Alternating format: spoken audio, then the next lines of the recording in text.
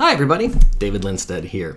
A few days ago I was in New York at the Continuity Insights conference talking about measuring preparedness, and I was able to capture some of that lecture on video. I start out with an introduction using the movie and the book Moneyball. It's a little bit old, but I think it provides an interesting analogy and segue into talking about measuring preparedness. Then I do give a presentation about measuring preparedness. By the way, there's a few links below on the trailers to the Moneyball movie that I used at the very beginning of the presentation.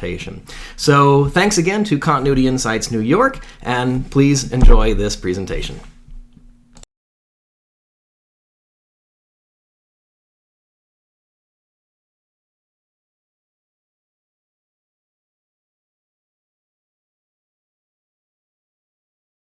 Moneyball is about looking at statistics that we've been looking at for, in baseball's case, 150 years, in our case, 20, 30 years.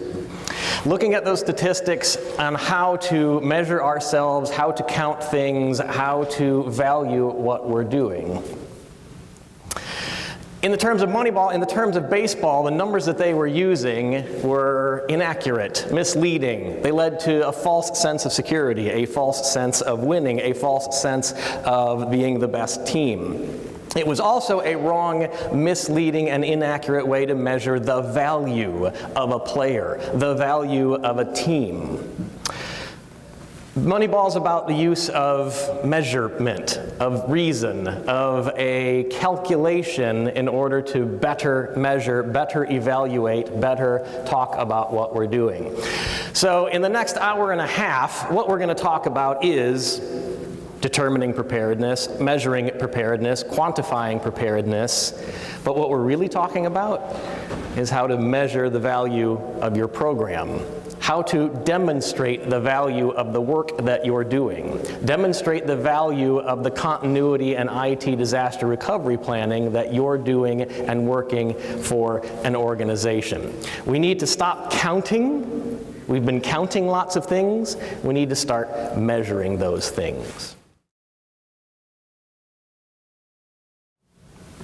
Our keynote speaker talked about resilience, the really high level, the interdiscipline of resilience that pulls together so many of the sub-disciplines. We're focusing on business continuity and IT disaster recovery. So I'm going to pull you down from the high level of resilience into this discipline of ITDR and business continuity. And I'm actually going to pull you down even further for a little while to talk about Frida. So this is Frida. Frida works in Department X, and you've been asked to pair with Frida to come up with her business continuity plan. Frida is actually very good at her business continuity planning, or at least very devout. She has filled in the business continuity template all by herself. And for the last 3 years, Frida very religiously updates the phone numbers, replaces the names, and marks the plan complete every 6 months like clockwork. She takes a copy of that plan and she mails out to the rest of her staff, and of course, nobody reads it. Now, the question is, what do we say about Department X's ability to recover? How much do you want to bet that Department X is able to recover? Let's look at the document. Document looks good. Boxes are checked. Fields are updated. We've said how many times we've done it, and we've updated the phone numbers, we've updated the information. Does that mean that Department X is able to recover from disaster? Something's missing. But how do you have that conversation that something's missing? When you sit down with Frida or Frida's boss or Frida's boss's boss, you say, hey, I have a feeling that that Department X is not prepared to recover from disaster. Great, nice feeling. What do you got to back it up? The plan's updated, everything's green. What are you talking about? We need to find a way to measure preparedness. We need to find a way to look at these questions differently and ask these questions differently. Let's ask this question. What does Department X need to be able to recover from a disaster? You need 3 things. You need stuff. Stuff could be easy. Stuff could be a couple of laptops at a Panera with a cell phone. Stuff could be hard. It could be NMRI machines and one-of-a-kind research facilities. You need to know what we're going to do. Who's in charge? Where are we going to go? Who's got communications? Who's allowed to do what? Who's going to report to the site? Who's reporting here? What do they do when they report here? Who has the authority to do what they do when they report here? It's the things that we're going to do, the activities we're going to do. And then we have to have the competencies to be able to function throughout the course of the disaster. Okay, put those together.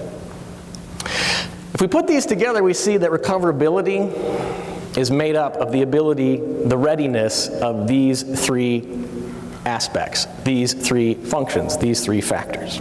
Let's take a little deeper look. Again, resources. I gotta have some stuff.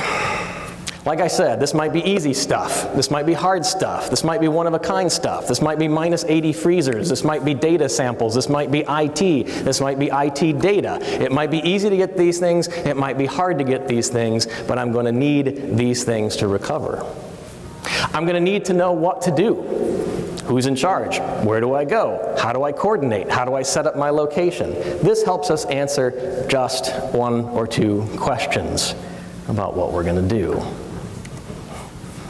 And lastly, I've got to have crisis competencies. I've got to have the ability to function throughout the disaster. These come from work by Paul C. Light in his research on readiness and working through a crisis. So, the question is, at time of disaster, do people have the stuff they need, the resources, the procedures, and the competencies? And this allows us to measure for the first time. And at any level. Because I can measure down to a particular system, a particular service, or a department, or an area, or an organization. And I'm going to talk on apples to apples. I can compare the help desk with central IT, with call center, with steam generation, apples to apples comparison of preparedness and recoverability. And this allows us to put some numbers. This allows us to put some quantification around preparedness. Nice. Happy day. Let's go back to Frida. Let's go back to Frida's department. Does this help us have a conversation with Frida?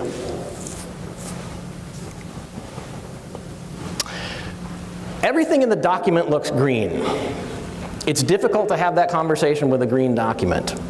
But what if we start asking questions about resources, procedures, and competencies? Let's say that some of the stuff that Frida's department is going to need, Department X is going to need, is in place. Some of it's there, some of it's not. Very few people know how to respond. Frida knows. She came up with the plan. Nobody else reads the plan. Nobody else has been involved in the plan. Nobody else has talked through the plan or tried the plan. Speaking of trying the plan, we haven't done an exercise. We haven't done some of the boots on the grounds testing and exercising. Let's put some big numbers to this. We could get more precise if we need to, but let's put some big numbers to this. Let's say they have about half of the resources, only 25% of the procedures, and 65%, again, big numbers, of the competencies. Now we've got a score for preparedness. It's 46.7%.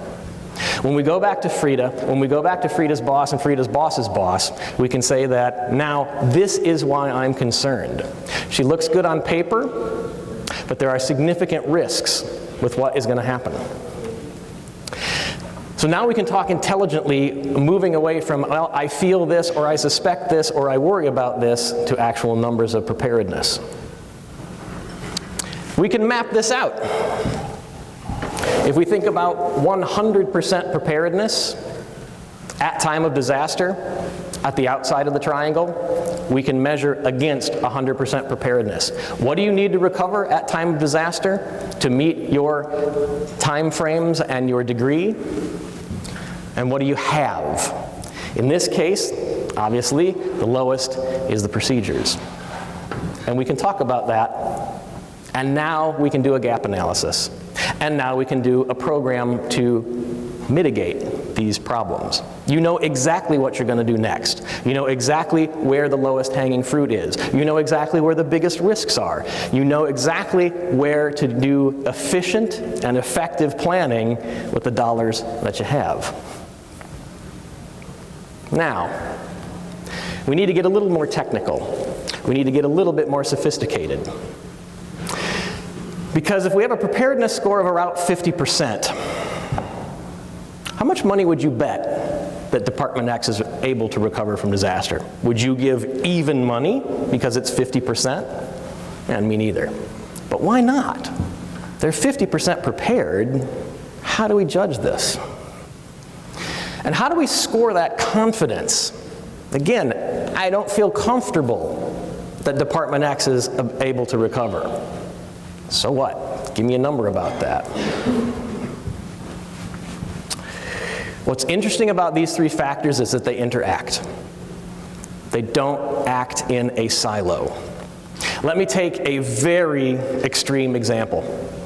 Suppose I have a manufacturing business, and I have a group of Navy SEALs that runs that manufacturing business.